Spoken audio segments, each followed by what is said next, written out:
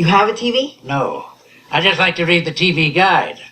Read the TV guide. You don't need a TV. Television addict! Television addict! Television addict! Hey everybody! Happy Friday to you as we make our way into April. This winter not so bad, but we did have a snowstorm last weekend, which was a little bit upsetting here in Boston, as I do like my spring and I do hate my winter. But please enjoy an extra episode this week. I am incredibly excited about this episode as well. One of my favorite people of all time is my guest, the one and only Juliana Hatfield.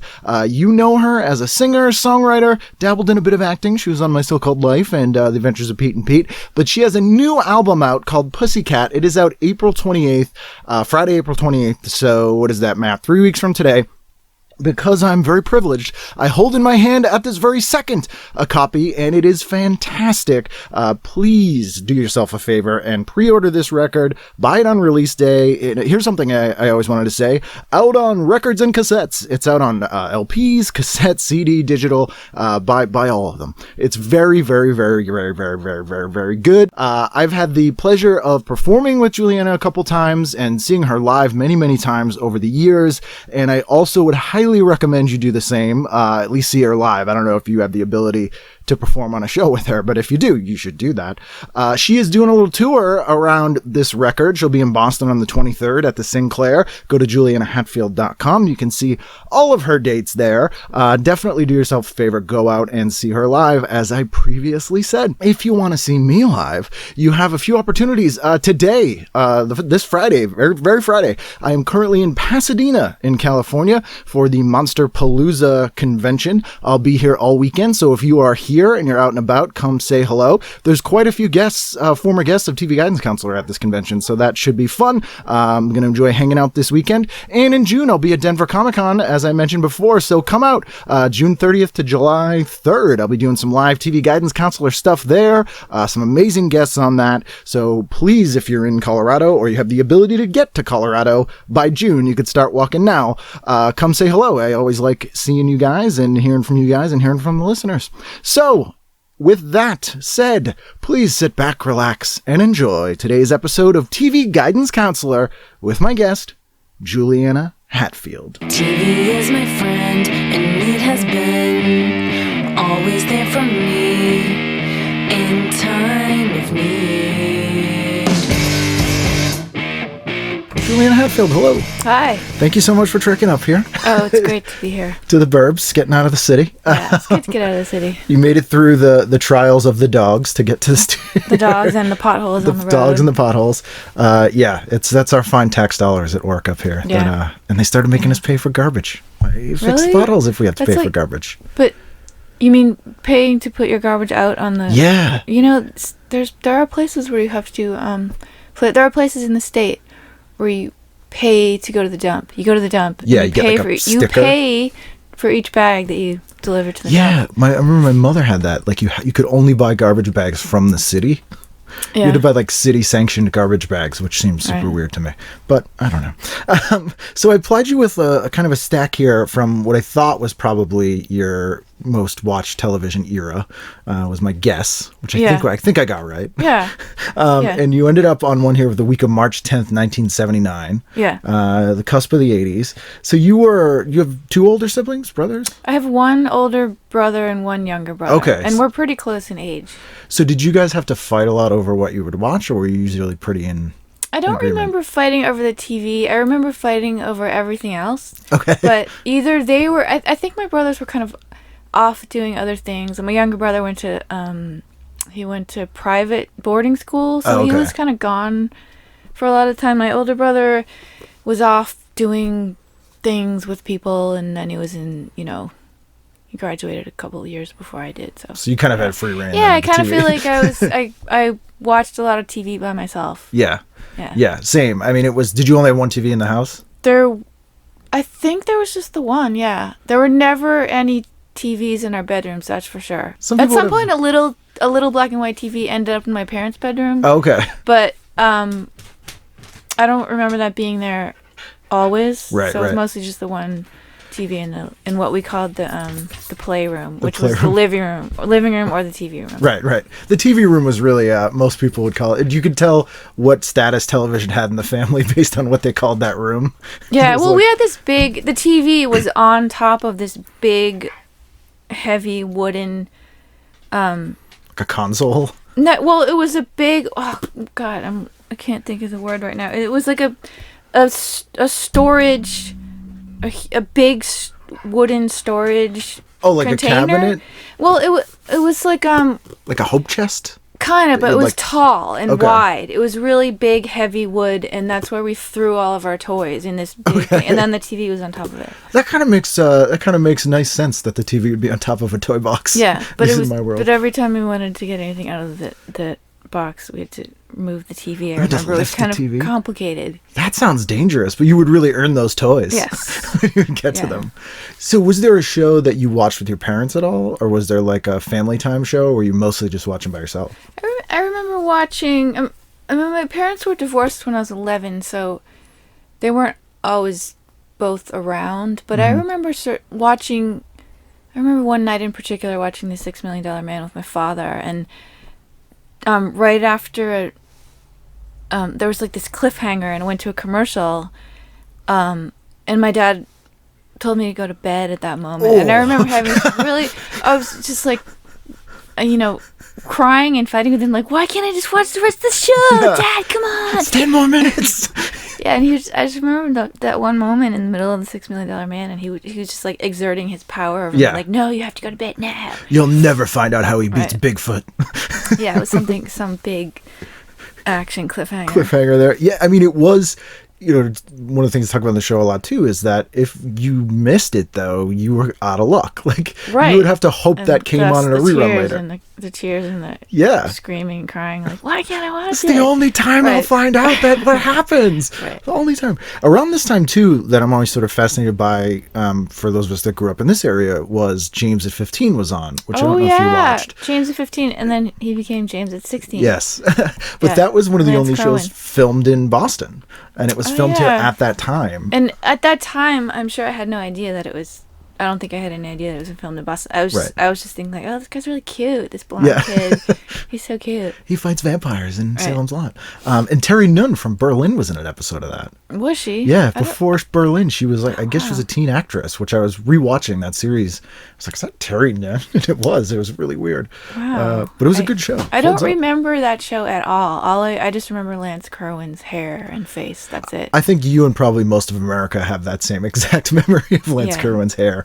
But it was a fun show. It was the first sort of show aimed at teenagers that I can remember that wasn't like a wacky Dobie Gillis kind of comedy. It had... Was he having like teenage problems? Yeah. Like the after school special kind of problems? It wasn't as after school it wasn't like The Boy Who Drank Too Much after school specially, but it was sort of angsty. Like he moved from out of town, and in the Terry Nunn episode, she's like a girl with a bad reputation, and like it was that kind of stuff. And he was hanging around with kids who were doing drugs in Charlestown and that sort of thing. So it was interesting, but it clearly didn't hit with people because it didn't last very long. Right. But it did have one of my favorite theme songs. It was this weird sort of country jingle that went like, it went whoa, whoa, whoa, whoa, whoa, whoa, James. And it started off as like, he don't got no walking stick. I don't remember that. It sounded like Waylon Jennings, which was the weirdest thing for like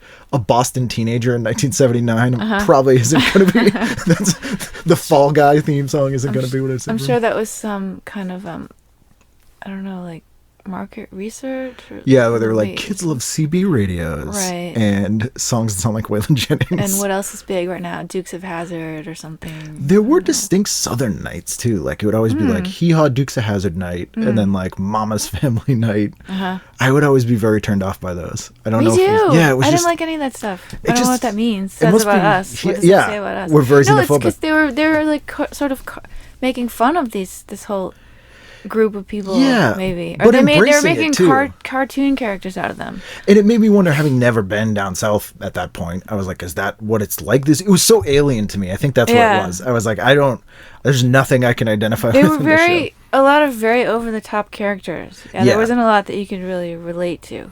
Even stuff like Alice, which I liked, but then I started watching Flo, and it was like, it got way too Southern. Right. I was like, I can't, I've lost it. I can't connect with this anymore. I too. I remember being so alienated by all that, like, hee-haw country stuff. Yeah. Which was, my dad loved it, which was super weird because he grew up in Brockton. But he just maybe thought it was worse. exotic to him. Probably. Like a little, very sophisticated hee-haw. But he still will contend, like, when he sees me do comedy, he's like, I like hee-haw. I'm like, oh boy. Oh boy. But sometimes you get good music on hee-haw, very occasionally. They'd have, like, Dolly Parton would show up or something. Right. But for the most part, yeah, not my thing. So on March 10th there, Saturday night, what did you go with at 8 o'clock? Well, the Love Boat was just kind of always entertaining. Yeah, I always say it was a good value for money show because you got 5 shows in an hour basically. Yeah, 5 little stories, a lot of stars, and then you have all these characters, you know, Julie. Everyone liked Julie, yeah. And her haircut. Yes. She kind of had the Dorothy Hamill thing. Yeah. Pre Angelian. Hair. And then there's, you know, Captain Stubing. Who I liked from Mary Tyler Moore.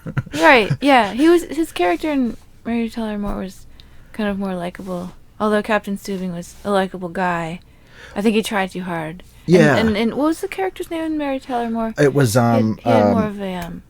he was more cynical on that show. Sense of humor, yeah. Yeah, and he was relatable. kind of sort of pining after Mary as well, which kind of made him more relatable in like a weird way. Totally more relatable. Yeah. Stubing was always kind of above it all, but I did love when Phil Silvers would guest star as Stubing's father. Oh yeah, on like 5 they're or 6 probably episodes. the same age. I know, right? I know. Practically. And that was always great because I was like, it's Phil Silvers. I'll watch him do anything.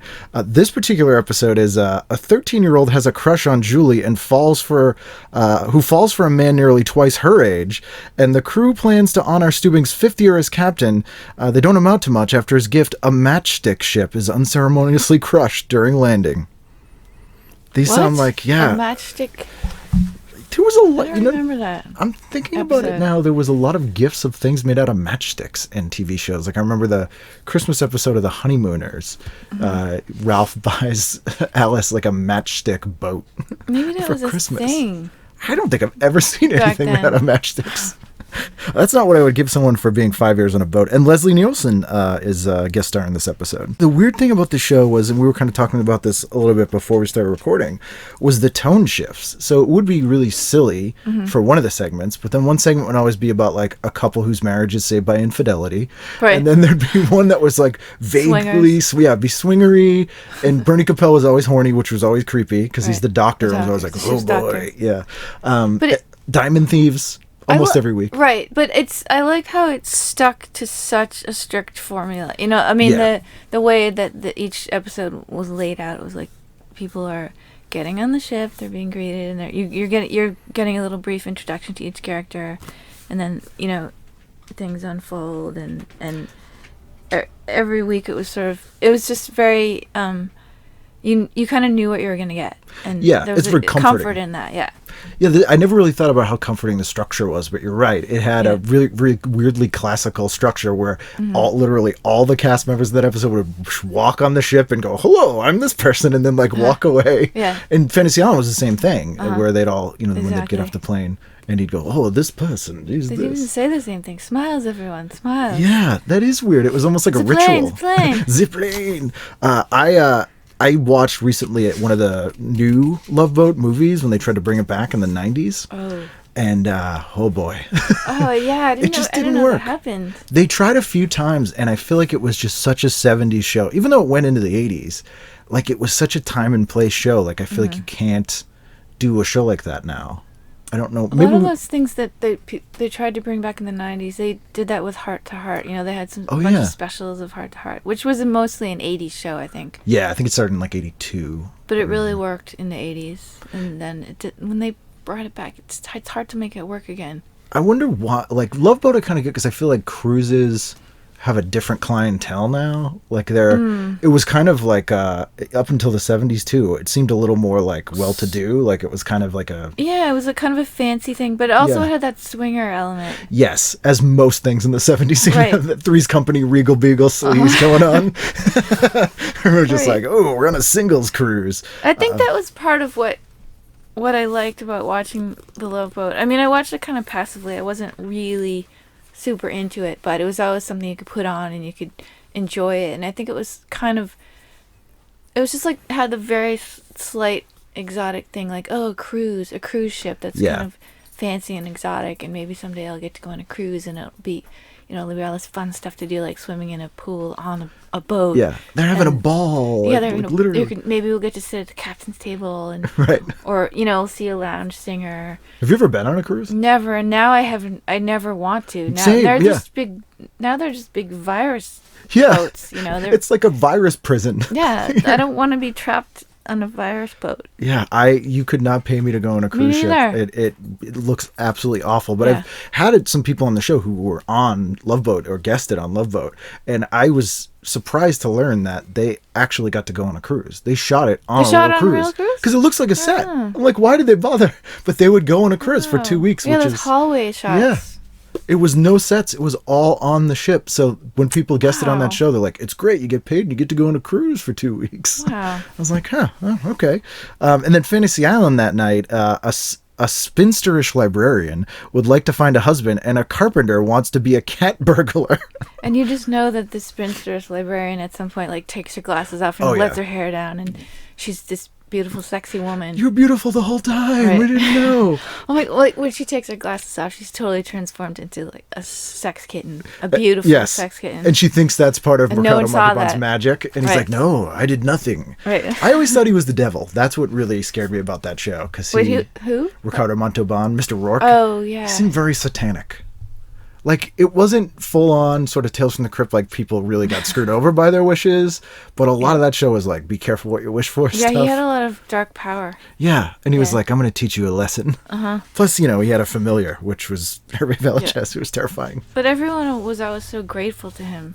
Yeah. Even if they'd gone into the darkness to learn their lessons there, everyone was always very grateful. Thank you for teaching me this thing. Yeah. And then Vietnam popped up way too much on that show, which would be like, that was the weirdest thing. They'd have, 2 segments. One would be like, a guy who wants to be a rock singer.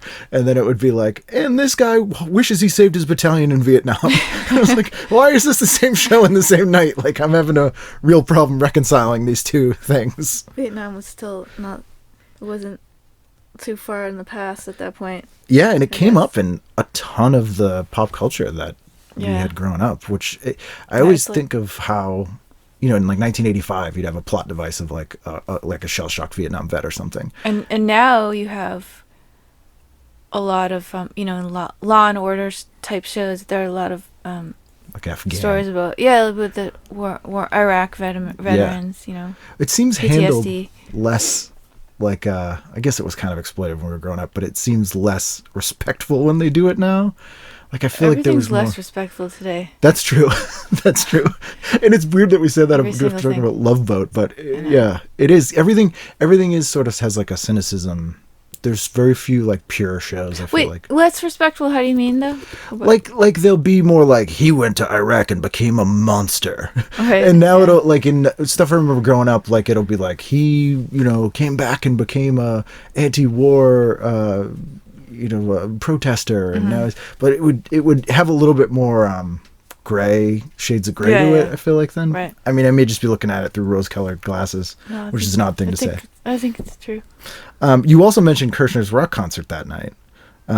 There's some bands I've never heard of on this night. ELO is on, who I feel like was on every week. Oh, yeah. Nick Glider, The Silvers, Walter Murphy, and comic Mike Preminger. I've only ever heard of ELO. Yeah, me too. Were you watching a lot of music on TV stuff and variety shows? Yeah, I remember on Friday nights was the Donny and Marie show. Yeah. That was a big occasion for me. It was to watch the Donny and Marie show. I was just really into them. I loved them, and I I wanted to be one of them. I wasn't sure which one. A friend and I used to pretend we were Donny Marie. We would dance around and sing their songs. And I remember that a lot of the time I was Donny. Right. She was Marie. So you were a little bit rock and roll. Yeah, I'm a little bit rock and roll, but I loved Marie too. I had her solo albums. I was a big fan. I just loved I thought she was so beautiful and he was so handsome, and they had all these excellent costumes, and they were so goofy and they didn't take themselves too seriously, and it was just so sparkly, and I loved the music, and I was a big fan of that. Yeah. At a certain point in my life when I was a child. Yeah, I think those variety shows, if they hit you at the right time, it was sort of the perfect combination of sort of kiddie-ish humor, but with more contemporary sort of pop music. And Petey doesn't like Donny Marie. More contemporary sort of pop music, but also you'd get like weird oldie-timey like vaudeville type sketches in it. Yeah. Like I remember the Christmas episode they did with William Conrad, and he was like dancing and singing, and then they'd do like a sketch with like a silent movie Hobo, but I'm like, this is really 1930s. Yeah, I didn't like all that stuff actually, the old timey stuff. I liked when they kind of stayed in the modern world, and they really inspired me to want to be a singer singing in front of people. I guess if you were thinking about it, it's very different from the sort of folky music stuff that was happening at the time, or big arena rock. It was more of putting on a show. I know, which is weird that it inspired me, because the stuff that I do really isn't like that at all. I'm so not showbiz. Yeah, but you have a pop sensibility. I do. Think that's what I was getting from it. I think just the really melodic stuff, and the harmonizing, and the pretty major chords and things like that. Yeah. And good costumes. They always had some pretty and matching. Yeah. Do you remember when he came out with his comeback record that they wouldn't release as Donny Osmond when he did Soldier of Love in like '88? Oh, she had moved beyond them at that point. Yeah, I imagine. He released it as the mystery artist, and it went to #1, and then they revealed it was Donny Osmond because he didn't think people would play it. And it was very, very strange. Yeah, like that. They're sort of their personas, their public personas must have been, felt like shackles or something. Just their squeaky clean Mormon personas. Yeah, like a family performer. Right. They're like the Cowsills or something. Yeah. And plus, they were the youngest one, well, except for Jimmy, but let's not talk about him, of this big family who had been around for years. And it must have been weird for those guys, where the two youngest kids end up having their own show after all of them had their shows before that, which would have been weird. And I think Sid and Marty Krofft produced the Donny Marie show. Because I remember puppets showing up sometimes, every occasionally. Yep. Which was always weird when puppets would show up. They would do that thing at that song in the end. May tomorrow be a perfect day. May you find love and laughter along the way. May God keep you in His tender care. And they'd always close with that song. And then it would be like, "Good night, everybody." They would always. Would they open with the same song too? I feel like a lot of those shows. Maybe they open with them a little bit country, I'm a little rock and then they'd close with the same show again. Sort of that love the boat. Formula. Yeah, comforting. Formula. Comforting. You know what's coming. You know when it's going to end, and you know where it's going to end up. Anything else you had on that Saturday? Yes. One of my favorite TV shows of all time, The Rockford Files. Yes. Which holds up. Absolutely. Like crazy. It's so good still. It's ahead of its time, and also just completely timeless. It's hard to sort of tell it's in the 70s. Yeah, it's just so good. And I own the whole series on DVD, and I watch it from time to time. I go from the beginning to end. This is a good episode too. So you will marathon it in order, like you'll. I will. I mean, not every day, but it's like I'll go through a whole show's existence. In order, but I'm not every single day. But right now, I'm in the middle of the entire I Spy. Oh yeah. Series, which is earlier. Bill Cosby and Robert Culp. Yep. Which I never saw then. I only discovered it later, but So which episode of the Rockford This is the one Files? where, hospitalized by an accident and groggy from sedatives, Rockford is nonetheless certain he sees a cadaver's arm move just as an organ is being extracted for transplant. So this is that one where he thinks there's like bootleg organ, people stealing organs. And then he solves it. Which I think must have been influenced by Coma, which I think came out by then. The book and the movie? Yeah, Michael Crichton. I think they came out like huge. 76, so it must have been by that. But I liked how Rockford wasn't like he was always getting his ass kicked. Constantly. But this one specifically, he was really out of sorts because he was like drugged up the whole time. Yeah. I just loved him. He was so he was just such a straight shooter. He was so no bullshit, and he am I losing my train He was of thought? charming, but he wasn't suave. Like he wasn't a con man. Exactly. He didn't have any pretenses. He had integrity, but he wasn't pretentious at all. He just kind of like did his work. Didn't complain too much, even though he was getting jumped all the time. Yeah. He was just lived in a trailer at the beach. In a trailer in Malibu. Yeah, which is pretty good. Yeah. If you're going to live in a trailer, that's the place to do it. Yeah. He wasn't a character you laughed at. Right. He was sort of right down the middle where you're like, this guy has flaws. Yeah. Or he's not, super rich. He's not James Bond. He's not Mike Hammer. Right. He just goes in two fists blazing, but he also is getting it done. Yeah, he's getting it done. He's solid, but he's not perfect. And then he had this really kind of sweet relationship with his dad, which was nice to see. Sweet, but not sugary sweet. Yeah, it wasn't like Courtship of Eddie's Father. Yeah, it wasn't like the Waltons Right. It was more realistic, I think. And they tried, after Rockford Files, they tried to sort of recreate that father-son sort of detective team thing a few times, and it never worked. And I think it had to be because it just worked so well with James Garner. Like, there was a show called Crazy Like a Fox with Jack Warden and his son. They were solving crimes. And Hal Linden had one with the guy from MASH, who was the doctor, the old guy from MASH, whose name I can't remember. He played Hal Linden's dad, and Hal Linden was a stage magician who solved crimes called Black's Magic. It was very weird. It's probably hard to make that chemistry happen. And you know that when Rockford Files started, there was a different actor playing his father? No, I didn't even know it. I think in the first episode, or in the very early episode, there was a different guy playing the father, and the chemistry isn't as good, and it's a little off, and then I guess they replaced him with I forget the guy's name. I can't think of his name either. But that worked really well.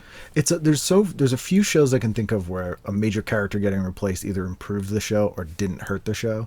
It's like Cheers is one of them. They had two major characters get replaced. You mean by a different character? By a different character, right? Yeah. But actors too, like that. I can think of almost any time when that works. Cagney and Lacey did it after the first season. They replaced one of them.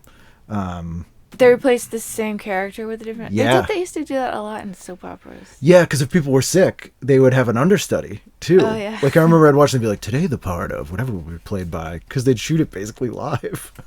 That's so weird. That doesn't really happen anymore, does it? No, on TV? no. Because it was such a stage thing, I think, and a radio thing, Mm-hmm. But it would be really weird if someone tunes into the Goldbergs or something and they're like, the part of whatever will be played by this actor today. I like that. I want that to come back. I like how different actors replacing the same character. Or just not even mentioning it. Just not, yeah. Like Bewitched, the classic, where they just didn't even mention it. And people just were like, okay. Darren. Yeah, right. two Darrens. Right. Dick York and Dick Sargent. I think it made more sense, too, when in the time when when reruns sort of didn't exist. Mm-hmm. So, if a show went away for the summer and came back and had a new actor, maybe some people didn't notice. Yeah. They're like, what? That's the same guy, right? I don't know. I got a small TV. Close enough. Yeah. He's a guy. He's got black hair. Sunday, what'd you go with? I started with Battlestar Galactica. Oh, okay. Which I used to watch sometimes. I just remember thinking Richard Hatch was so dreamy, and also so is Dirk. What's his face? Oh yeah, from A-Team. Why am I forgetting his name?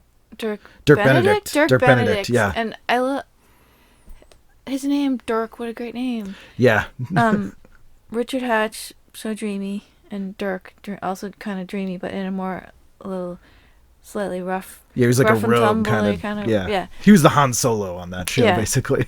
Were you a big like sci-fi horror person at all, or are you just kind of like who's got that square jawed?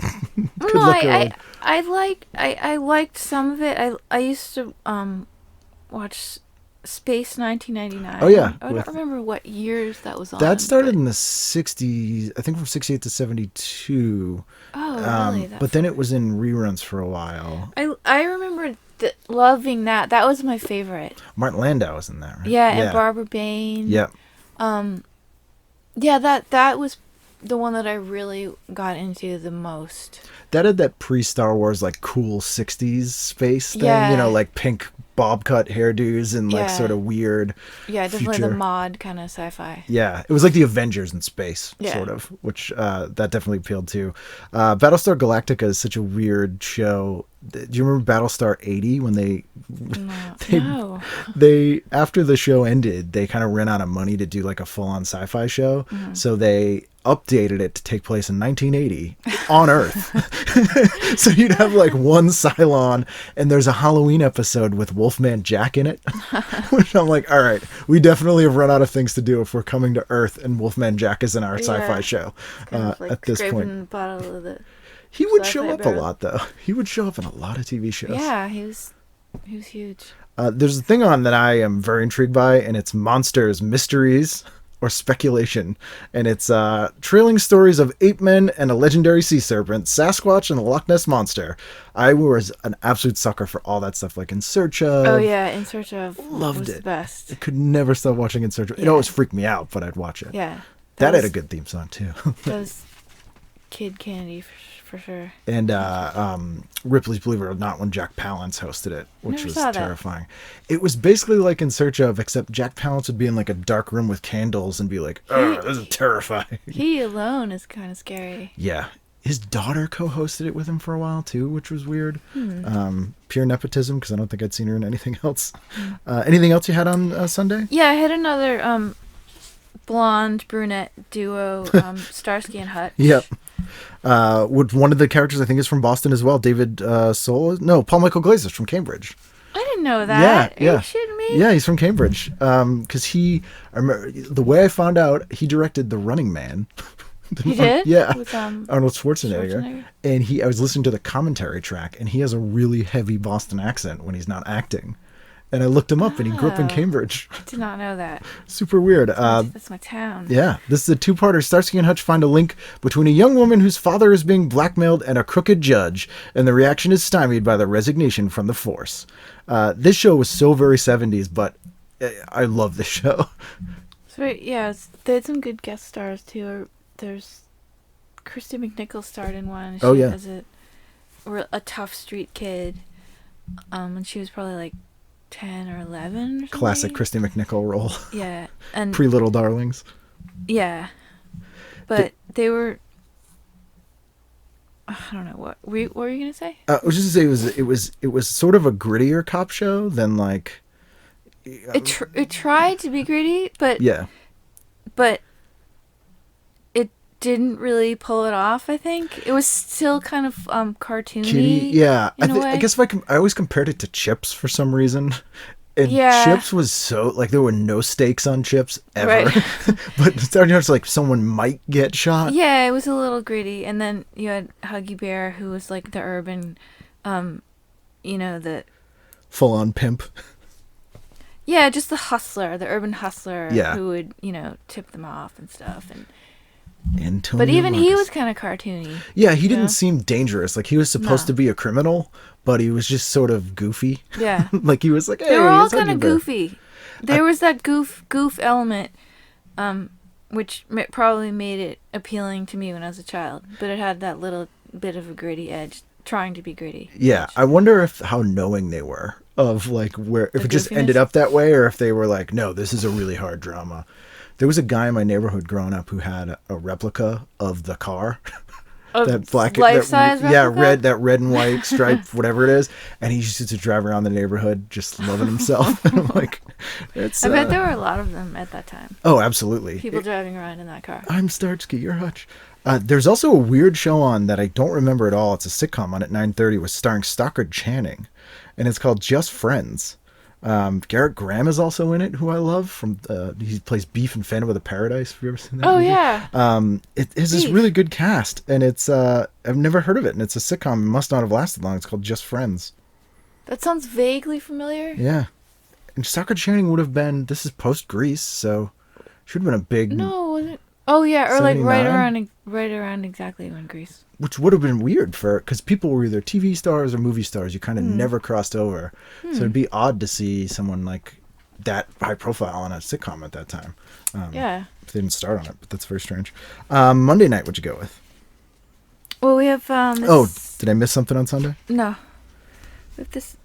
Did you? Nope. Yeah. Did you have anything? No.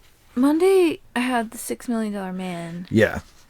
Which was always pretty exciting. You know, the Bionic Man. Did you like it better than the Bionic Woman? Or No, I think I liked the Bionic Woman better. I just felt I could relate to her more because she was a woman, probably, right. and she was more of kind of a role model because she was a girl, right? And she had, she was a teacher and a tennis player. There was a lot to her. She was a much more interesting character. Yeah. Like Steve Austin was just like, I'm a test pilot. No, I'm a robot. He was so boring, actually. Yeah. When I go back and look at it now, he is the most boring character in the history of TV, I think. He's just such a dull. Very one note. It's very, very one note. But I think that what did she see in him? You know, I guess he had a good job. Right. He's worth $6 million. Well, he had the eye. She yes. didn't have a bionic eye. She had the leg and the fingernail. The hearing. I don't think he had the bionic hearing. I'm sure someone will email me and tell me that I'm wrong. But I think that was the difference. I love the toy, the $6 Million Man toy, because you could look through the back and see through his bionic vision. It was like a little eyepiece. It just made stuff like fisheye lens, I think. But as a kid, you'd look through, there was like a little hole in his neck, and you could look through his bionic vision thing. But did it make that sound? It didn't. That was the worst part. Yeah, that's all. I think, theoretically, 90% of the people watch those shows watched it just for the sound effect. I love the sound. The sound of bionics is so great. It's like... And the way that they made... Wait, did she have the bionic leg or arm? I think she had the leg because she had the arm. Yeah, because when they do when they show her running and she's supposed to be running super fast, it's in slow motion. Yeah. And that's how you know. It fools your brain. Right. The sound effect and the slow motion means she's running super duper fast. And that was one of the shows that trampolines got utilized for stunts more than her anything jumping else. Up with her bionic leg. Just out of shot. You like, even as a kid, I'm like, there's totally a trampoline there. You would just know. And $6 Million Man, I feel like Bigfoot came up every week. Like, he was on that show too much. But she was a much more interesting character because I feel like her story was like more tragic. Like she was like, didn't she have like a disease or something? And that's why she was his girlfriend, and then they had to bionicize her because something happened to her. Didn't she? When she parachuting and her parachute didn't work? It could be that. Yeah. And but what did she have to do with the military? Like, why did they use her? Why did they use her? She dates him. She won't care. So she was dating him before the accident? I think so. When she came out of the accident, she didn't remember him. Yeah, because they did it as a two-parter. They introduced her like somewhere middle of the season. They introduced her and then they had her become bionic, which was a little weird. Right. We'll keep these bionic people together since they already know each other. Maybe they thought she could keep a secret because it was supposed to be top secret. Right. That's a show that I remember loving, but to your point, when I go back and watch it, I'm like, the show is way more boring than it should be. Yeah, the Bionic Woman is much more interesting, and she's more of a character. They brought it back a few years ago. on NBC. They did a new Bionic Woman. Yeah, and it was... How did I miss that? It's on DVD now. It's pretty good, but it only made about half a season. It was when they also brought back like the Night Stalker, and they were kind of doing a lot of those dramas. This Australian actress plays her, and she was really good in it, but they made it much darker, and which I thought actually worked with it because the character was kind of conflicted. But they never brought back the $6 Million Man. I think that's telling. Like the Bionic Woman, you could do much more with. The $6 Million Man was boring. They were probably like, it would be more than 6 million, and we don't want to do the math, so we're just going to bring back the Bionic Woman. It's much easier. What else you got on that night? I have McMillan and Wife. So that was a mystery show, right?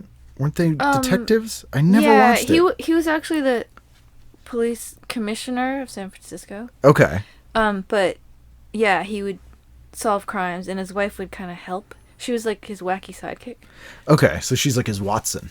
Kind of. Unofficial. Okay. But she was played by, what's her name, Susan St. James? Oh, yeah. Yeah, from Kate and Ellie later.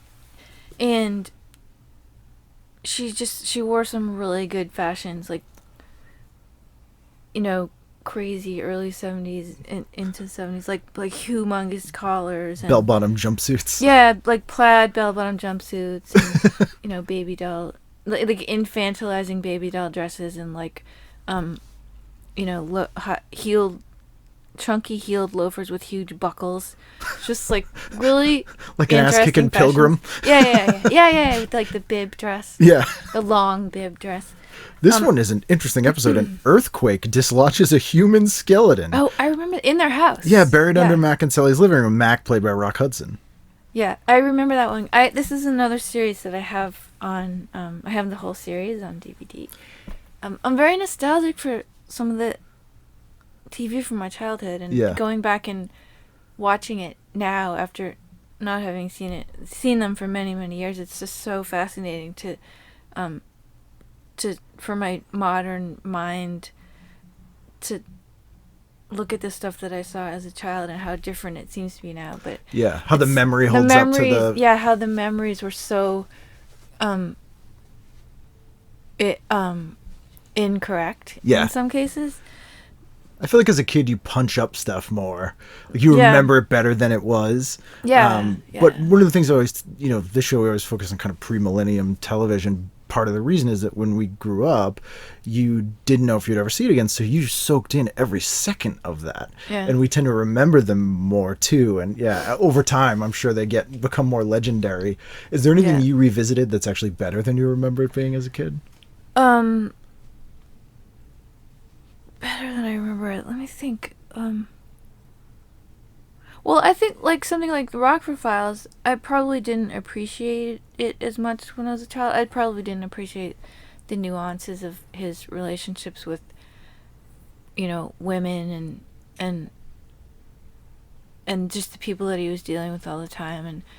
And so even McMillan and Wife, I think I appreciate it more now. Like again with like the relationship between Commissioner McMillan and his wife, it's like an example of a really good marriage. Yeah. Which is so fascinating because you don't see that a lot on TV or in real life. Like a marriage that seems really solid and really working and really kind of realistic. They respect each other. They enjoy each other's company. It's not that adversarial, I hate my wife. No, kind of and it's also not fake, like overly sexual. I mean, there's a little bit of, you can see that they're attracted to each other, but it's kind of sweet and real, and it's interesting because we now know that Rock Hudson was homosexual, right? But this he's so manly in the quote unquote manly in the whatever that means, cliche of manliness, in the show, and he's so the relationship seems so real between him and his wife. You never once questioned that they were a real couple, right? In the reality of the show, right. Whereas it wasn't like Paul Lynde, where he, no one, never came out of the closet, but everyone, if he was playing in Bye Bye Birdie when he's playing the dad, everyone's like, okay. Right. But Rock Hudson, I mean, I think that's why more people were shocked about that too, because he was such a leading man. He seems so realistic in those roles of husband roles and manly husband roles. One thing I've noticed is different when I watch these sort of mystery or murder or detective shows from my childhood is as a kid, I was always more focused on the case of the week. And now I really like the character stuff. So like Rockford Files, I like the stuff he's doing when he's not solving the crime. Yeah, me too. Just the interactions he has with people and all the really interesting characters in the Rockford Files.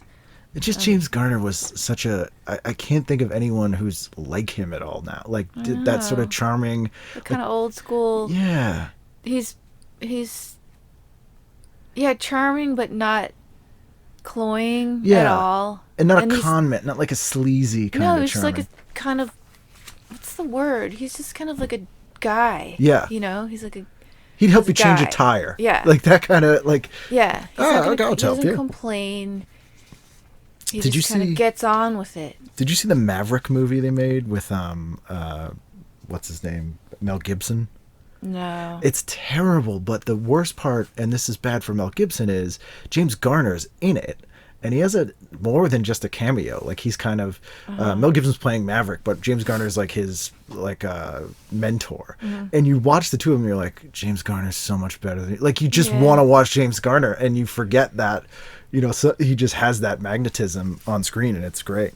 I think a part of what I like about it now is that he kind of reminds me a little bit of my father. Certain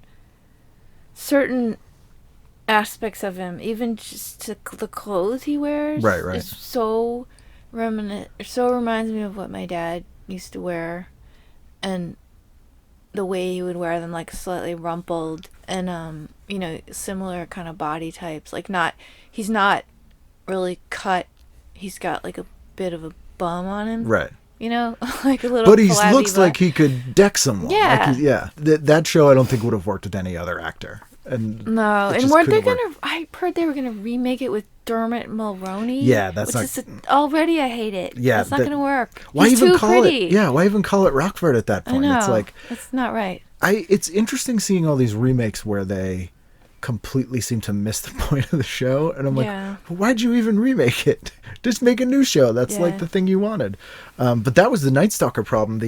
They cast, who was it? He's in he's a British actor. He's really handsome. I think he was in Queen of the Damned. He's like very looks like a model.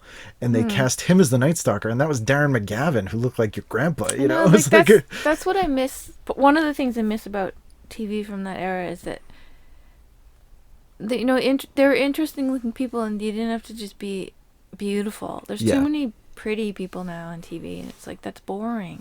They would have talented people on TV in character roles instead of, not that pretty people aren't talented, but now they'll go get someone good looking and then we'll train them, basically, instead of let's just get someone who's good. It's kind of a similar thing going on with music. I think back then in the 70s you didn't have to be really handsome to have a big hit song. Pre-MTV, you could just have a good song. Not everyone had to be Chris Christopherson, right? Who's still touring. Yep. Almost 90 probably. He's got to be in his 80s, I'm thinking. Well, 70s. Born. Yeah, 70s, 80s. He's got to be up there.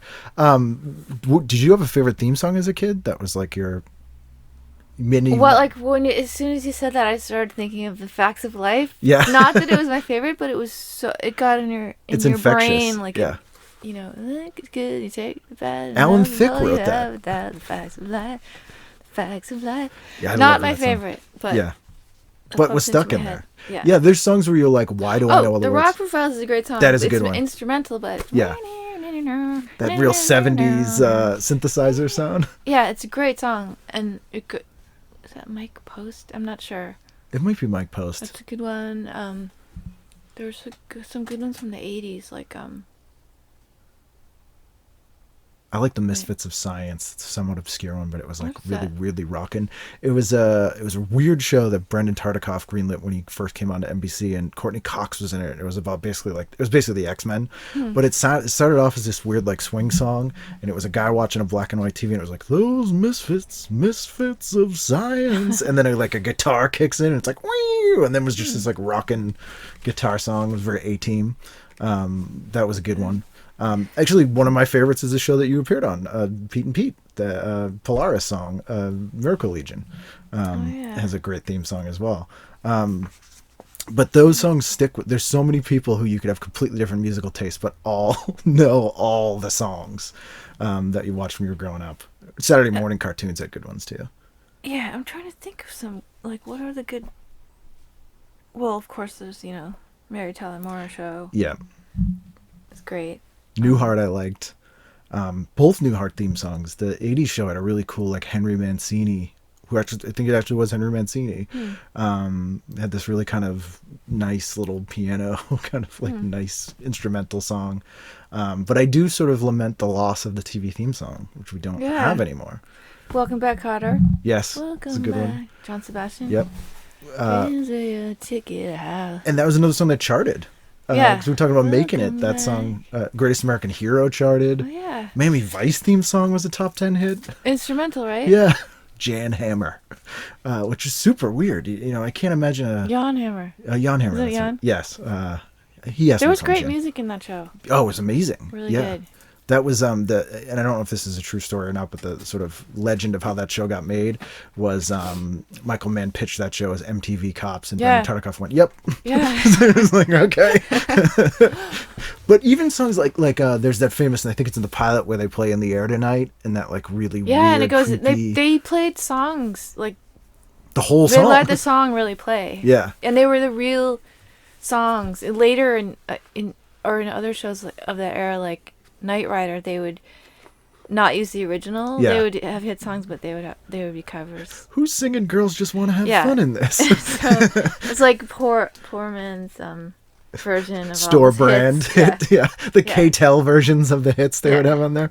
I loved Miami Vice, and the music was definitely a big part of it. That's a show that I never watched at the time, but I rediscovered recently, and I think I must not have been watching TV in the 80s, because all the stuff that was happening that I never saw, like Knight Rider, Miami Vice, A-Team, I never saw any of that stuff when it was happening. We were probably out doing fun things. I don't know what I was doing, but 70s was when I was watching TV. You're not quite old enough to go out of the house on your own, so you're kind of sitting inside living life vicariously through television at that point.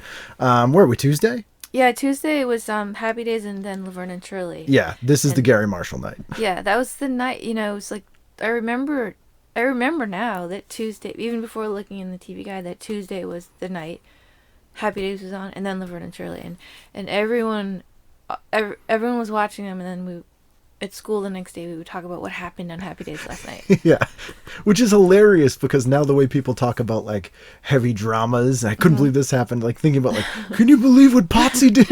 No. Chachi, who Joni loved, who was putting out records at that time. Scott Baio's album came out in '79. Did it? That he was right on the back of Happy Days. It's cash in on that. Oh boy, it's bad. I'm not surprised. Yeah, his music career did not take off for good reason, despite the promise he showed in the Paul Williams, Jodie Foster kids gangster movie. What's the movie he's in? They shoot pie guns. Wait. Not Over the Edge. That's Matt Dillon. No, Over the Edge is really good too. I know what you're talking about. I see them in the front seat of the pickup truck. I know the name of it too, and I can't. I'll remember it way later. I can see it. I just that was the first thing I think he was in. Wait, gangster movie? Yeah, it was called. You're thinking of Foxes. I'm thinking of Foxes. Yeah, Foxes has a great soundtrack. When he's younger, though, he's in a movie, and it's like Buster McSomething. But it's like, it's a gangster movie, but it's all children. And Paul Williams wrote all the songs, and it's a musical. And Jodie Foster's in it. It's really, really weird. Foxes is great. I do like that movie. Over the Edge is one of the first soundtracks I remember buying. Repo Man and Over the Edge. It was like, because the Ramones was in Over the Edge.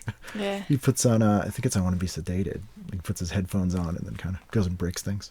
Yeah. This is, Richie's still on this episode of Happy Days, so Ron Howard hasn't left yet. And he's battling a French fencer who's staying with them. French fencer? Which we can all identify with. That is very weird. Also up against that, weirdly, is a big band cavalcade, and it's all bands from the 30s and 40s playing. On a major network? On a major network. It's an hour. of big bands from the 30s and 40s. Why can't we have that now? I would watch that. I would happily watch that. I remember seeing, must have been in the 90s, Brian Setzer Orchestra, and I was like, this is so unusual. There's like 50 people on stage. It's this huge thing, but it's weird that was the prominent style of music for decades, and it's so unusual now. Yeah. I guess that'd be a real pain in the ass to tour with. Yeah. Have 4 people spending ass enough. Laverne and Shirley, they haven't moved to Hollywood yet. This one is the girls believe they're doing a good deed by calling in a building inspector to make repairs until Mrs. Babish is given a deadline to fix it herself or pay the fine. So, this is before both of these shows they kind of stopped pretending took place in the 50s. You remember that? Yeah. They're like, don't even try anymore. Right. The Big Ragu, Carmine, from Lowell. Ragusa. From Lowell? Yeah, I saw him in New Hampshire. His car, license plate, Big Ragu. No way. He's got a New Hampshire plate. Because we were driving to a flea market or something. And I'm like, that guy's license plate says Big Ragu. What a weird thing to have. And then I'm like, oh, it's because it's him. Oh, gosh. He looked the same, curly hair. Wasn't wearing the jacket, but it was a summer day. Lenny and Squiggy. Yeah. Who were great on that show. I didn't like Laverne and Shirley as much as I liked Happy Days, I think. I think you had more characters on Happy Days, so you could find the one you liked, maybe. Yeah. But yeah, Lenny and Squiggy weren't very likable. I like Michael McKean much more. Yeah. He was less cartoon. There's a Christmas episode where they perform in a prison, and he plays a song called like Santa the Fat Man. He probably wrote it. Yeah, right? and he wrote it, and it's hilarious and really weird and funny. And I kind of wanted more of that from him. Anything else you had on Tuesday night? No, that's it. The Barbara Walters special is on that night with Carol O'Connor, John Wayne, and Jane Fonda. Oh my goodness. It's a blockbuster lineup that they have there. Wednesday night, 8 o'clock. What'd you go with? I've got One Day at a Time. Here. Okay. I feel like everyone had to watch One Day at a Time. That was like the show. Yeah, it was a little edgy. It was talking about real things, real issues, divorced mom, dating, and then two teenage daughters having issues. And that was the first show I remember that the issues of the actor was really in the headlines a lot. Oh, Mackenzie Phillips. Yeah. Yeah, and her drug problems. That was all over the news, so you were watching, like you couldn't watch the show and not know about it? Yeah, I guess maybe that added some kind of poignancy or something. Or something less sympathetic than that. Maybe that was like the people wanted to watch it and for the car crash reason? Yeah. Sick fascination kind of thing. This one, and I love Valerie Bertinelli, as everyone does. Yeah, her hair, God, her hair was so great. She looks the same. Shiny hair. It's so weird. She hosts some kids' cooking show now. Yeah. And I'm like, how? You were married to Eddie Van Halen. You should have aged. This one, I'm surprised here. This features, and I apologize to people in advance. I'm reading verbatim what it says for the listing here. But this is when Schneider suffering from a bad back. Barbara finds him a helper, a retarded man eager to prove his dependability. That was back when you could say retarded. You could. And we had the Massachusetts, was it Massachusetts Department of Retarded People it was called? Yeah, they would put ads all the time. That was the term back then. That was what you could say. There was a lot of mentally challenged handymen that would pop up in shows. Facts of Life had one.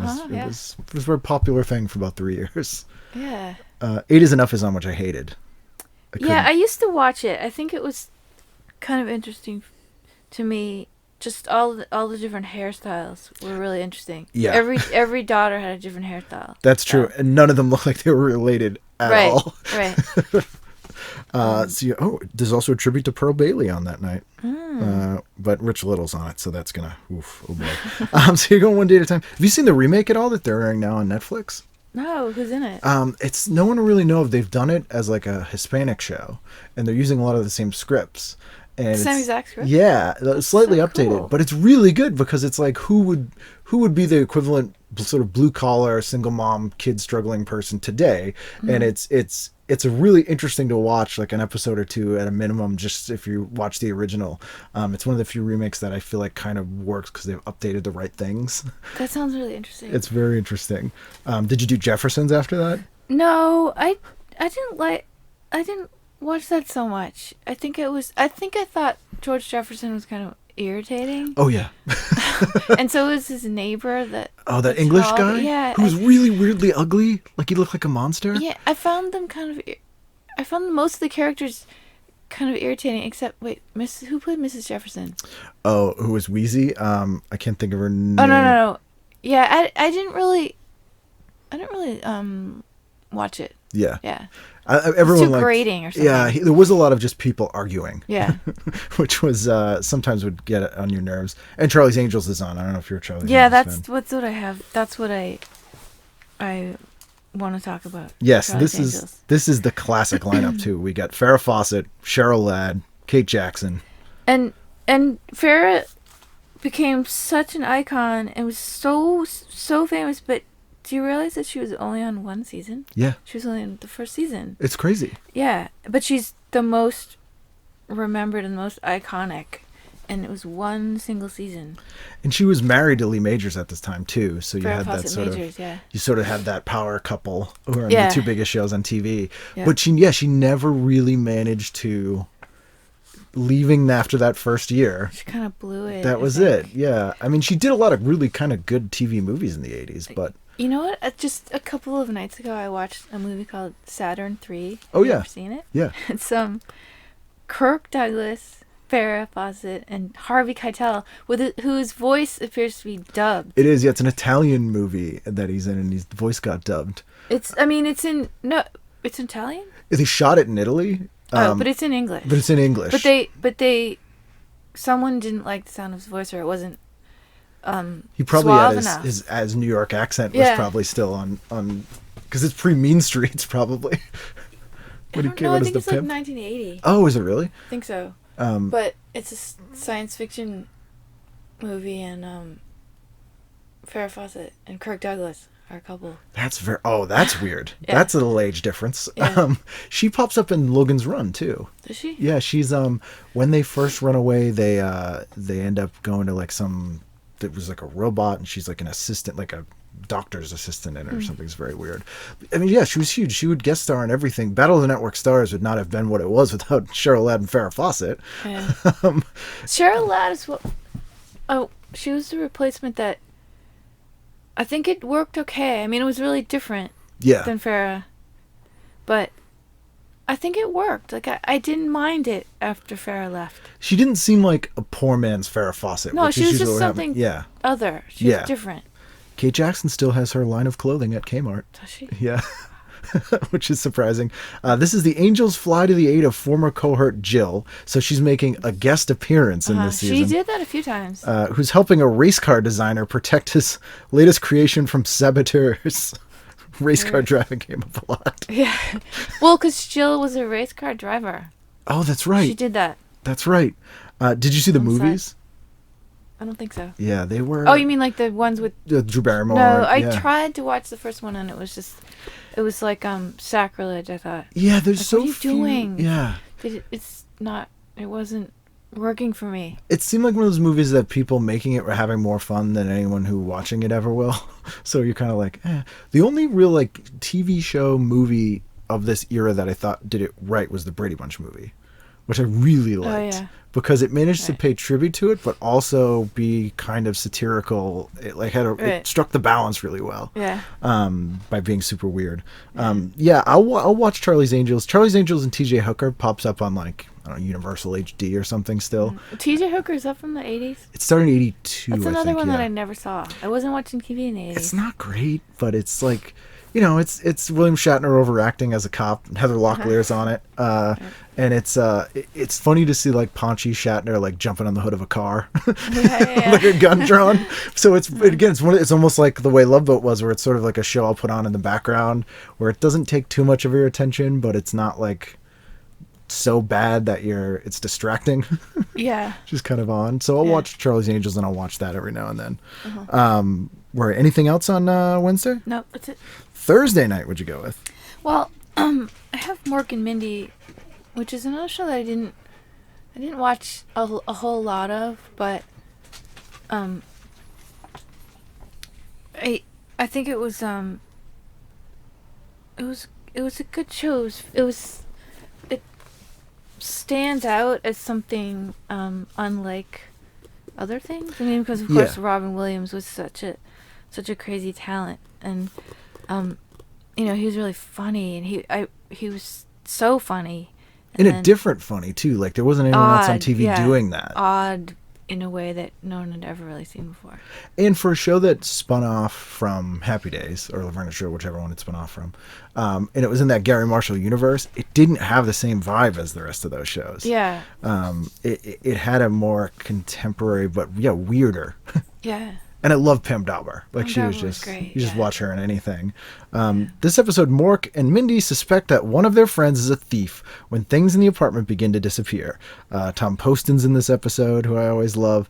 I also loved it when Jonathan Winters came into the show as their kid. Yeah. Which is such a bizarre thing. Yeah. Like the fact they were able to get away with that on a network and be like, oh yeah, she's gonna have a old man as a baby. See Jonathan Winters, because there's such a huge hit, they could do whatever they wanted. And Robin Williams, one of those few actors that started on a TV sitcom and became a huge dramatic actor. Tom Hanks is another one. Yep. Bosom Buddies. Yeah, I love Bosom Buddies.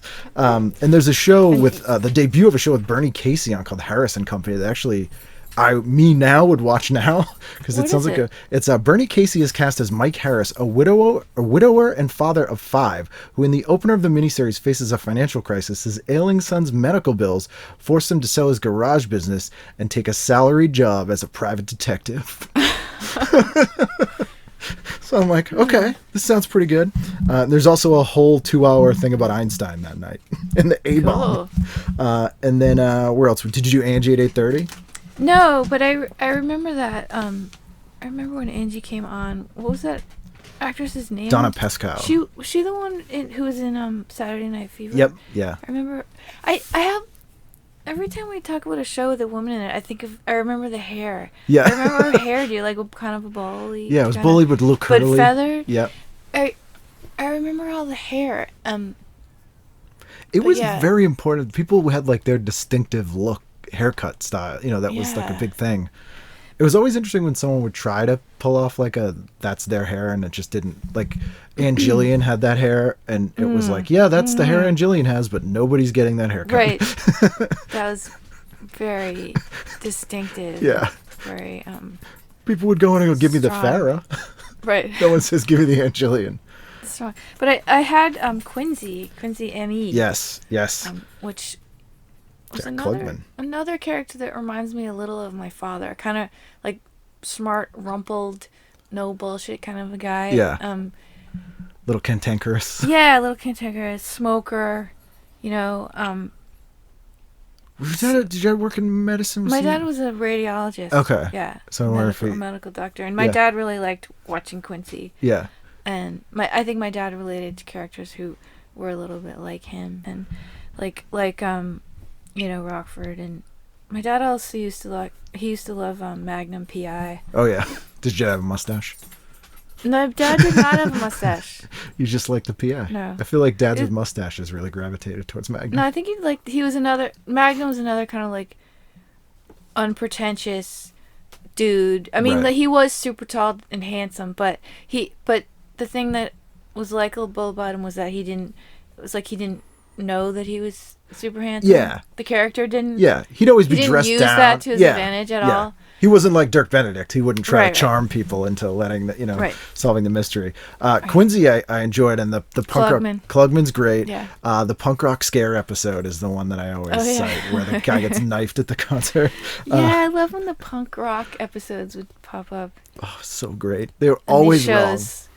They're always what? They're always so wrong. Oh, yeah.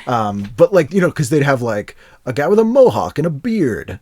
They'd be like, no, that's not right. But the Chips one is great, where Pond punches Leaving is in the Chips one. Right. Where he goes undercover and he's practicing slam dancing in the locker room. The Quincy one is huge. There was an after-school special in '85 called "The Day My Kid Went Punk," where these parents Jay North is in it, and he comes home and he's punk rock, and they're horrified. And actually, Bernie Capel plays his dad on the thing. It's very funny and weird. Most of those after-school specials, even as a kid, I would realize how silly they were, but I would kind of feel bad making fun of them because I felt like they were trying to do a good thing. Yeah. But that one, It's just, it's hilarious. The day my kid went punk. The horror. And he works like a assistant at a daycare, and then they fire him because they don't want him around the kids. It's really Wait, weird. Is that after he went punk? Yeah, after they he fired went him punk. because he went punk. Yeah. It's discrimination. It's not right. Anything else you had on Thursday? Nope. My Hawaii Five-0 is on, which I also enjoyed. Which was the only show my grandfather watched. He called it his Hawaii program. I don't know why he enjoyed it. That's what I call Dateline, the murder show. Do you watch that now? I watch the murder show, yeah. Yeah. Is there anything else you watch now, or is it really new stuff? Current stuff. I'll watch a Dateline. I'll watch I don't watch a lot of stuff as it's happening. Oh, okay. I mean, like something like Breaking Bad, I'll watch the whole thing in a binge later after it's off the air. Do you do that because like I'm so contrarian? I get partly really, everyone's saying Breaking Bad, you gotta see it, it's so great. I'm like, no, it isn't. Yeah, you're wrong. Same thing with Mad Men. I didn't watch it until later, and then I was like, you're right, this is amazing. Plus, it's nice to be able to, I wonder if people of sort of our age group enjoy binging more than younger people because it's such a novelty to be able to watch everything. Plus, I don't have cable or Wi-Fi or anything or internet TV in my house. Mm-hmm. I have free TV, which is like a few channels with the antenna, antenna. Digital, yeah. So I don't have a lot of options. So I'll kind of watch what's on certain times and certain nights. Like we used to. Yeah. Yeah. But the thing I really like about those digital channels is like Me TV and Antenna and RTV. They'll show what's that one? There's Me TV, there's Antenna, there's Cozy TV. Oh yeah, Cozy will show a lot of the This TV shows some good movies. Those will be some good movies. Yeah, Friends of Eddie Coyle is always on this for some reason. Oh, yeah. So I'll watch those all the time. And Buzzer shows like To Tell the Truth and like old 50s game shows and Sale of the Century, like Homesick from School shows. Mm-hmm. Yeah. Watch that. So I kind of like that because even though you could probably find those on YouTube or something, it's flipping through and coming across them. There's like I've discovered a lot of stuff on the my free channels. Like I get This TV and I used to get Cozy, and that's how I discovered a lot of things like Dragnet, which I never saw. Yeah. In the 60s, and just Dick Van Dyke Show and stuff like I could rediscover. Yep. I found that I enjoyed the Donna Reed show, which I never used to watch. That one. I always thought of it as like it just seemed lame. It would be on Nick at Night, but it's on at like 6 or 7. It was on like when I would get up and get ready for work. So I started watching. I was like, I kind of like this show. Yeah, that's how it happens. Yeah, even Leave It to Beaver. There's some really funny episodes, and all that's fairly recent. That I'll watch those on those free channels. And just be like, this is a fun show. So Friday night, final night of the week. Well, I have the Incredible Hulk. Very sad show. Yeah. Shana Na is on also with their variety show that night. Oh, yeah. But Incredible Hulk was a show that I watched every week, even though I was terrified of the Incredible Hulk. And terrified of his rage. Oh yeah, it just as a character, like it was a monster. It was terrifying. He literally turned into a monster. Yeah, and when he got angry. Scariest part was when his eyes would go. Oh yeah, they just show the green. Contact. Yeah, there's someone, and I've talked about it on the show before, but it's one of my favorite things. Ken Johnson, who created the Incredible Hulk show for TV, on his website, someone sent him a list of every reason Bruce Banner hulked out in every episode. Oh my gosh. So it goes through every episode, just lists every reason, and they're all the exact reasons. He didn't embellish them at all, and they're hilarious. What would he say? Crushed by a boulder. Didn't have change for a payphone. Thrown into a garbage truck. Pulled over by a car. Like it's every single triggering event for every episode. It's really funny just to read in order. This one's huge because it has a guest appearance, pre-music career, Rick Springfield. Oh, wow. What's his character He's doing? playing a guy named Michael. While visiting his old friend Lee Sung, David befriends a policeman who is deeply troubled after witnessing the murder of his father. Policeman is played by Rick Springfield. I think he was on the soap then. I think he was on General Hospital then. Maybe. I don't know. But when he came to America from Australia, he had a cartoon called Mission Magic. He did? Where he played a magician who played songs and did all the music for it. Rick Springfield. I didn't know about that. Very weird. Gerald McRaney is also in this. Stacy Keach. Harold McMillan is Simon and Simon. Yep, Mr. Delta Burke. Yep. So that's a pretty good episode, and there's almost nothing sadder than that low key piano walk away. Oh, at the end. At the end of every episode. Yeah. This is one of the ones when I went and watched it recently or a few years ago as an adult. I noticed something that I never noticed when I was a child watching it, which is that when he explodes and turns into the monster, Yeah. his shirt always like pops off, but his pants don't. Pants don't move. Yeah. I was like, those are good pants. I know. Like, they're really good pants. They get shorter. They get a little short, a little But frayed. they don't split. So he must not grow there. Just like continuity is a little. Yeah. Although that would be so... Stretches the truth. Yeah. Literally stretches the truth. Right. I wonder if they made that now, the Hulk would just be like a big naked green man running around, which would be so much more terrifying. I know. Because those clothes aren't going to work. Well, I guess it's the old Wolfman thing. The Wolfman would change and still have pants on. Right. But I mean, he grows many pant sizes. Yeah. And which stay zipped and on and unripped. America could use those pants now. I think a lot of people would like just endlessly expandable pants. Yeah. It would save a lot of money. This shirt would also shred in a weird way. Like it would look like it was ripped up. Yeah, I think so. Yeah, it would shred. And also like as his pants got shorter, the bottoms would be shredded. Yes, yeah. I was like, what is his skin sharp? I don't understand what happened. I was terrified of Lou Ferrigno for years from that show when he'd pop up and stuff. Yeah. I don't know why. He never really hurt anybody. We also talked about Making It, which was on opposite The Incredible Hulk, which Making was... It. I forgot that Ellen Travolta was in it. It was John Travolta's older sister. Oh, wow. So they were like, we want to do a Saturday Night Fever TV show. Just hire John Travolta's sister. Is Frank in it? Frank's not in it. They couldn't get Frank. He was doing the music for what was the sequel? No, I'm thinking of Frank Stallone. Ellen Travolta, Frank Joey Stallone. Travolta. Frank Stallone did write the music for Staying Alive, though, the sequel. Oh, he did? Yeah. To Saturday Night Fever. The sequel no one enjoys or talks about now. Where John Travolta goes on Broadway as a real dancer. And he's all oiled up and muscly. Cut and muscly and weird. It's very not fun, that movie. What else do you have on that night? Anything else? I wrote down Dukes of Hazzard or Dallas. I didn't really like Dukes of Hazzard. For the Southern reasons? Yeah, I didn't, and too cartoonish, Boss Hog. Yeah. Dallas, I think, was something that I would I think I would probably be more into Dallas. I was never into it, but I would always try to watch it because it felt very sophisticated. I was like, I tell people I watch Dallas. Right. I was like... Yeah. Which was also Southern. Yeah, that's true. But it was... but it was rich Southern people. Way. Yeah. Instead of poor Southern people. Right. It was making fun of a different class of people. I wonder if that was why it was more palatable to me, because they were so rich, I couldn't identify with them anyway, that I was just like, they're rich, so that's why it's weird. That's why he's wearing that weird hat.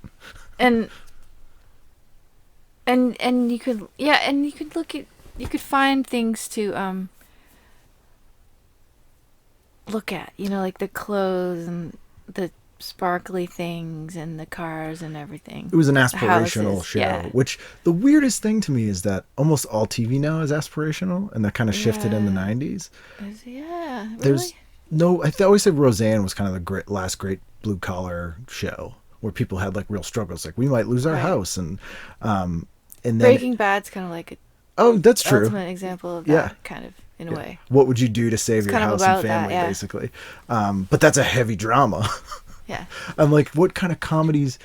I know. What is there? Because you have a show like Two Broke Girls, which is about poor people, but you're laughing at them and it's really silly. Mm-hmm. There's no like struggle type show. And Dallas stood out at the time as being an aspirational show. You didn't see that many shows about rich people. Right. Which is kind of why like Lifestyles of the Rich and Famous was popular, and it's so weird to look back and see how things have flipped. Where now, if we do have a show about rich people now, though, we want to see them fail. It'll be like the Kardashians or something. Right. Where people are like, or something like 2.5 Men. Yes. Which is like a rich guy living in Malibu, but he's kind of a cad. He's super sleaze. It's sleazy, and his brother's like a loser. Yeah. And his housekeeper's like a another mom kind of character. No, she's just like she's a bit like Rosie from the Jetsons. She's kind of harsh. Yeah. You know. Yeah. They're all kind of and the kids like really dumb. Yes. Like too dumb to actually survive in the real world. Yeah. So they're not good role models. Yeah. These people. I wonder how, it's interesting to sort of wrap it up. It's interesting that you bring that up because if we look at Rockford Files, and Malibu. I guess the equivalent is Charlie Sheen in sort of 2.5 Men now. It's kind of this like Malibu, like schemery guy, or Yeah, he's cad, kind of a cad. That's the best way to show the difference between 70s television and current state in a lot of ways, like almost comparing those two things. Yeah, it's interesting that like something the Rockford Files has these characters with nuances, but then you also have these really cartoonish characters like Dukes of Hazzard, right, or something like and that. And it all exists in the same world on TV at the same time for most of the same audience. Yeah, which is strange. You get like a sophistication and also like this kind of cartoony dumb stuff. Yeah. But I guess that's because it's broadcast. It's true broadcasting. It wasn't these niche audiences at the time. Yep. Is there anything that you watch now that you can't miss that's like a weekly show or like that's just like your junk food or? And it sounds like you have a lot of comfort shows from when you grew up. Yeah, but those are things that I can just like put on at night if I. The stuff that I have these habits in my day-to-day life. I have these kind of like rituals and schedules when I'm like I do my stuff throughout the day, and like on a lot of days at 3:00 I'll have like a snack, a cup of tea, and I'll drink it in front of the Dr. Phil show. Yeah. I do that for Judge Judy at 4. Yeah. And sometimes I do it with like the Jerry Springer show. Yep. Which is still on, which is crazy. I know. So I kind of know those shows too well. Yeah. A little bit. Kind of a Dr. Phil connoisseur. Yeah, I mean, I think that makes it, you grow up in a world where TV is a time and a place, not necessarily a show all the time. And so it's kind of nice to still have that. It's a time slot. Yeah. It's a thing at a certain time and a place. It's reliable. Like, it'll always be there. It is it's comfort. I think TV means comfort sometimes. Yeah. Yeah, absolutely. Yeah. I would agree. Side note. Escapism. Yeah. Oh, yeah. And especially Dr. Phil, where you're kind of like, I'm better off than these people. Yeah. This is real. I met him once.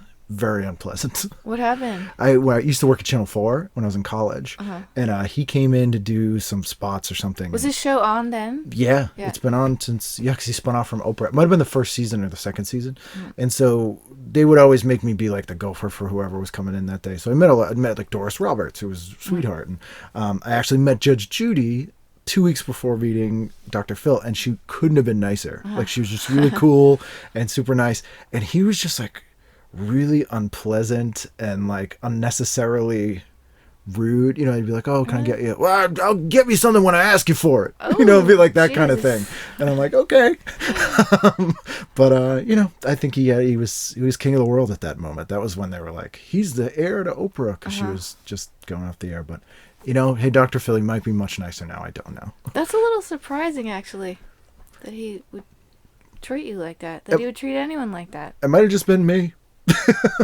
He just hated me. But that's not what he preaches. Yeah. He doesn't preach that type of reaction and behavior. He might have been having a bad day, but he struck me as the kind of guy who just didn't. I don't know. I've been around a lot of people who do have a big head or could have a big head. Yeah. He struck me as someone who was feeding into it like he was kind of. Yeah, I could see how that would be true. Although I've enjoyed a lot of his show. I don't have any desire to ever meet the guy. Yeah. Right? I have any. I'm not. I don't. enjoying the show doesn't mean that You want to hang out with I him? want to hang out with the guy. Yeah, and which I would say you're correct. Yeah. Well, thank you so much for doing this. It's been great to talk to you. Thanks for having me. Oh, baby, I see you in my teeny said, yeah, baby, I see you in my teeny said, I cut your head off and put There you go, Juliana Hatfield, fantastic. As I said, buy her new record, Pussycat. It is very good, and I have had the pleasure of hearing it early and hearing a lot of the songs live. So I don't often endorse music, and so it's a big endorsement. It's very, very good. Buy all of her other records too. They're also very good. But this one is new, and you should get it on release day. A couple of memory corrections on my end. The movie I was trying to think of was Bugsy Malone. It came to me after we stopped recording, and believe me, I didn't look it up. I think, what did I call it? Buster McSomething. It was close. It's Bugsy Malone. And Juliana's 100% right. That movie, Saturn III, I was confusing with Star Crash, which is, I guess, kind of a similar movie. But Saturn III is a British movie. Star Crash is, of course, an Italian movie. And in Italy, none of the movies had live sound, I think, until the 90s. But that's a whole different discussion. So, see me this weekend at Monsterpalooza. Come out to Denver Comic-Con and see me there. See Juliana when she comes to your town. If you're here in Boston, go on the 23rd to the Sinclair and buy her new record, Pussycat. We have brand new editions of TV Guidance Counselor here each and every Wednesday, so hopefully you'll be here next week for that. Subscribe to the show on iTunes or Google Play, wherever you heard this show. If you like the show, please rate and review the show. It is a huge help to get more listeners onto the show. If you want to email me, you can do so at tvguidancecounselor@gmail.com or at ken@icanread.com.